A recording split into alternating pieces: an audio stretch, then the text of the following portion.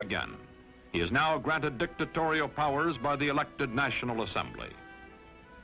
In Constantinople, to be officially renamed during the 1920s, keeps his limitless wartime powers and his command of the army.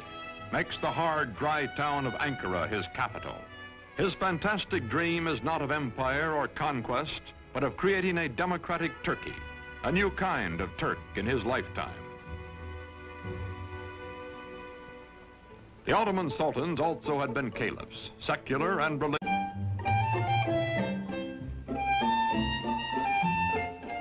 Wearing the fez becomes an act of treason.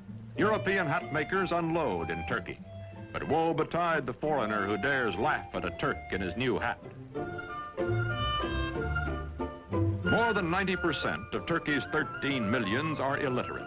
Mustafa, who earned in school his second name, Kemal, meaning excellent, himself takes charge of replacing the difficult obsolete and insists that all Turkish women adopt Western clothes, gives them equal proud, fiercely disciplined bearing which annoyed his superior officers years before, does not change now that he acknowledges no superiors.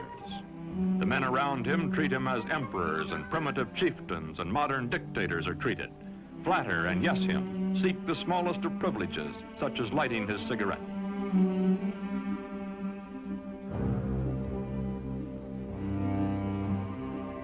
Man in a hurry, he has no time for opposition or for modifying his programs.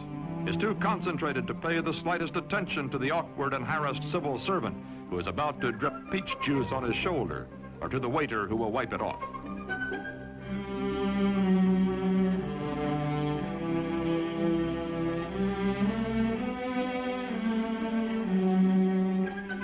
Although gossip is rife of his spare time affairs with women, of private drunken orgies by which Ataturk relieves long periods of relentless labor, this monarch in mufti never loses his public dignity, even at play. He is adored, also respected, also hated and feared and ruthless in dealing with those who oppose him. Now he goes into the countryside, to remote villages, to archaic farms, to rouse Turkish language, are prepared by experts, bullied into haste by Kemal.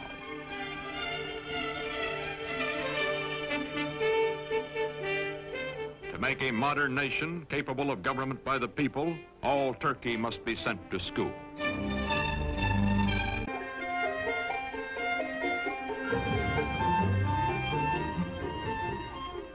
There are two ways of conquering, says Ataturk. Phlegmatic peasants what he wants. He buys land, demonstrates the advantages of tractors.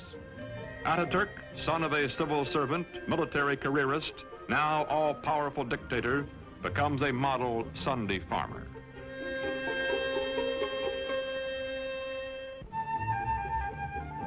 The world is anxious to restore good diplomatic relations with Turkey. From the United States comes Ambassador Joseph Clark Grew. For this revolution and high accomplishment, one man is primarily responsible. The name of Gazi Mustafa Kemal will forever be associated with the development, founding of the new modern Turkish state, and will forever be inscribed indelibly upon the rolls of history. Türk milleti taben demokrattır. The Turkish nation is democratic by nature. Zaten çok yükselmiş bulunan Amerika milletinin Türk milleti. I have no doubt that the American nation, which has gone so far in this ideal, is Turkey's friend in her aims. Bütün beşeriyeti birbirini sevmeye. This will not be all. Perhaps it can lead to a world of love, with all old prejudices erased, with all nations coexisting in peace and prosperity. When the Great World Depression of the 1930s slows down economic reconstruction in the country, Turkish people by the thousands wait for Ataturk to bring him their troubles and their problems. To the man in the street, Ataturk is his personal boss and his personal friend, willing to listen, wanting to help.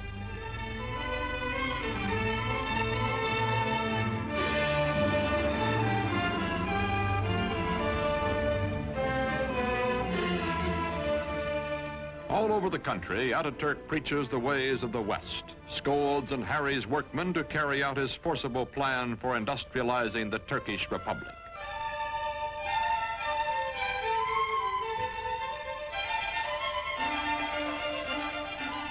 Turkey begins to move into the 20th century, builds dams, mills, factories. The tempo is fantastic. Industrial production under Ataturk increases tenfold. Still, there are growing pains, a poorly designed and poorly run heavy industry operating at a loss, profitable light industry deliberately run at an excessive profit to cover the deficit. Turkey's textile mills being a notable example.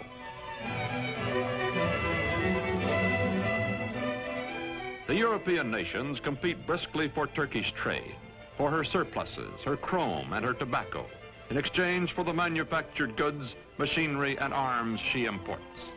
Turkey's foreign relations are excellent, but war is in the offing.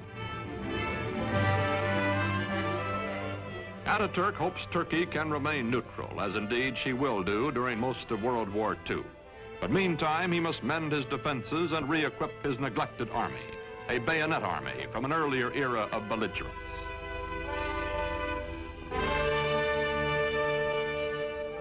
Turkey's dictator has said, Hitler will lead a dynamic nation to destruction by whipping its passions, and Mussolini will play Caesar. Time is proving him right.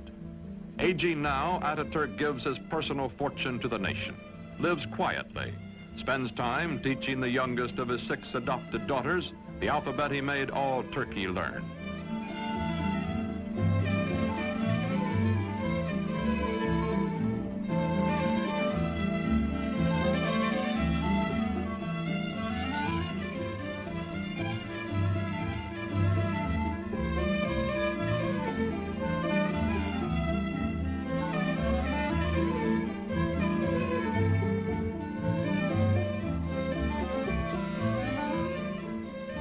Watching his young nation, Father Ataturk believes in her democratic future and has preserved for her under his autocratic rule the Republican Constitution and the secret ballot which will elect his successors. His severest Western critic grudgingly admits, Ataturk is dictator so that Turkey may never again have a dictator. The Shah of Iran is among the neighboring rulers who come to admire Ataturk's prospering, progressive nation. The Emir of Transjordan comes. The Arab world is impressed by Turkey, but later when nationalism develops throughout Islam, none of its leaders will have Ataturk's genius or his convictions.